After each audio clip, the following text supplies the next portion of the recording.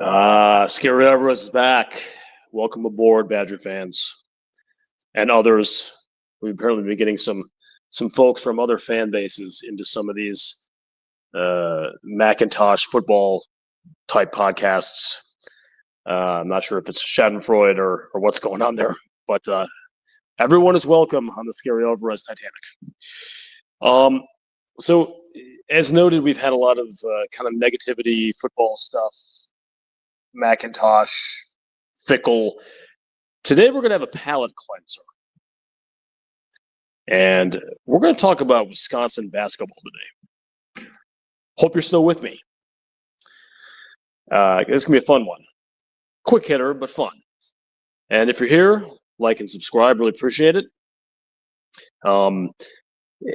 Look, I believe that PJ Fleck is entitled to whatever YouTube shows he wants.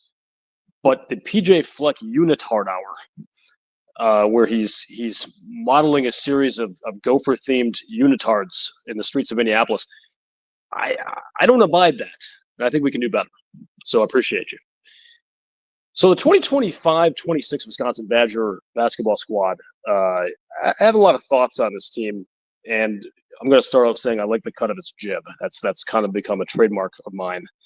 But I believe it. I had the privilege of attending the media day when I was up in Madison for the game about 10 days ago for the Iowa game, and kind of lucked into it and got to go to the Greg Gard press conference. And then they have all the players, everyone on the squad. They sit at these tables, two to a table, except for Blackwell was at his own table for a reason I'm not quite sure of. And I think Greppy was at his own table. Not sure what that was about. I'm sure it was just logistics. But I was able to talk to these guys and get a little bit more insight. And I have started to, and I will continue to periodically post some of the interviews. But what it told me is, because I wanted to get a chance to talk to as many people as I could, there were so many dudes on this team I wanted to chat with. And not because I think they have a cool picture or cool prep highlights or like their name or where they're from. It's because these are legitimate puzzle pieces in this year's basketball team. And I'm going to say this in a way that I hope doesn't come back to haunt me, because I'm going to certainly qualify it. But the 2025-26 Wisconsin basketball team that Greg Gard has, it's an embarrassment of riches. Yeah, I said that. It's an embarrassment of riches. Is it the most talented team in college basketball filled with blue chip 5 stars? No, that's not what I mean. What I mean is, even in recent memory, Wisconsin has sometimes, and maybe more than sometimes, had trouble filling a rotation with guys who deserved playing time in the Big Ten, legitimate dudes who could hurt you. I look at this team, and there are going to be just such players who are not going to get playing time this year because there are too many of them. Okay? Again, this is not a roster stacked with Naismith Award candidates, although I'm going to get into some of the high-end guys we have. But this basketball team, and we'll see how it shakes out with the rest of camp, and then we're almost to the season. Got Oklahoma coming up pretty soon in an exhibition game. But there are really talented individuals on this team who are going to either not play or not going to have much time in the rotation. And that is an incredibly good problem to have. I'm not saying it's fun to watch guys sit who deserve to play. That's not what I mean. But Greg Gard has so many pieces in his toolbox this year, with the exception of big, strong rebounders. We'll get back to that I am just tremendously excited to see how he is going to use his craftsman skills as a coach to find the best lineup or lineups to make this work, including who comes off the bench and how many minutes they get. Okay. I'm not going to go through every single player and go through all of their pluses and minuses, mostly pluses, but I'm just going to throw a few things out there as far as what this team is looking at and why I really like it and feel optimistic about its chances of having a really good team this year. Not making any bull pronouncements and the Final Four team, late 8 team, Sweet 16. That doesn't look, man. It's late October. You don't have to go any of those places right now. But putting out a team who can play with anyone and has a lot of outlets for offensive production and has a plan and can do the pick and roll and can shoot the three. These are the boxes you want to check right now, and they're checking them. I'm going to start at the top with Nolan Winter. I spoke with Nolan. Just such a nice kid. But he looks bigger. I mean, he's not big and bulky. He's not going to drag people around the paint on his back. But he's gained some weight. He's up to 240, 250. Legitimate 6'11". So the inside-outside stuff's still going to be there, but he is a tremendous piece to build around, and a major breakout for Winter. I'm not the only one predicting it, but I think it's going to be there. Johnny Blackwell, in a different way, I think not having to carry the point guard load, so much of the ball handling load, is going to free him up to his more natural position, which is the 2. That should improve his shooting. In a strange way, it might improve his playmaking because he won't be as bogged down and tired. His defensive assignments are going to remain just as tough. But I just love having him at the 2, and I think he's going to be able to maximize his potential there. The presence of Nick Boyd at point guard, I love this piece. I loved it when they got the commitment in the portal. I love it even more now because you never know how the fit is going to happen until you see it. The skill set was there. The experience was there. Get all that. But listening to coaches and teammates talk about Nick Boyd a month into camp, how glowing they are about his competitiveness, and the things you can tangibly see both in the red-white scrimmage and in other open practices, he's bought in, guys. Nick Boyd has bought in. He has some of that unk mentality that Tanjay brought last year in terms of being an older guy who's seen a lot, different stops. So he has that stuff. But he also is a Badger. You can see he's a Badger. Okay? So at the top, those 3 dudes. Starting a team with those 3 dudes, it's a big deal. Blackwell, Winter, Boyd. Big 3 is kind of a tired, worn out meme, but it's kind of their big 3.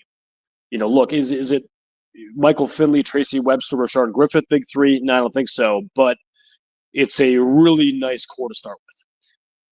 And they have 2 other starting pieces who were transfers in that you had to see a little bit from. One is Andrew Rohde. I think he is going to lead the Badgers in assists this year. People forget he played point guard a ton at Virginia. But he's a really solid shooter, defensively responsible, very good with the ball in his hands, understands the concepts, and had a chance to chat with him too. Humble, bought in, nice kid, seems to get it. So I like that addition as well. And then Austin Rapp. This is still a little bit of an X factor. I mean, he's shown that he belongs in the scrimmage and in practices. He's shown that the stroke is real from the outside. The only questions I have is interior defense, matching up against big boys in the Big Ten. We'll see how that goes. But this kid is a player, okay? The WCC Freshman of the Year from last season is going to transition to the Big Ten.